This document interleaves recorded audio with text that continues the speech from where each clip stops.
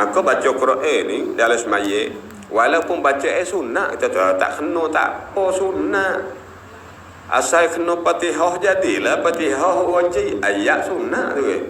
Maka banyak ulama kata walaupun baca sunnah dalam semaya, bila baca tak kena. Maksud tak kena siapa berubah makna. Zai jadi zah, tak ada sadu jadi ada sadu, ubah makna, bagi tak apa jadi bagi bawah. Ubah makna bagi bahasa Arab.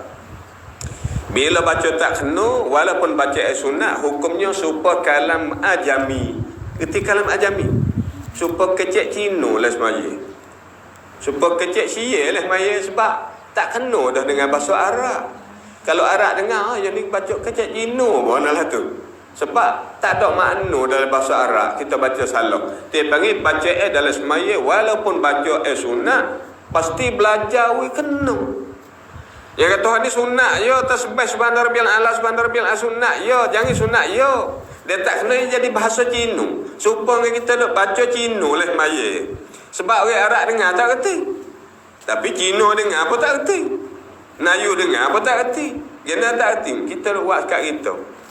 Zai jadi za, jadi lagu lain lah dalam bahasa Arab. Huruf lain jadi lagu lain. Baris duduk lain tak boleh dah. Panjir pandak tak apa lagi.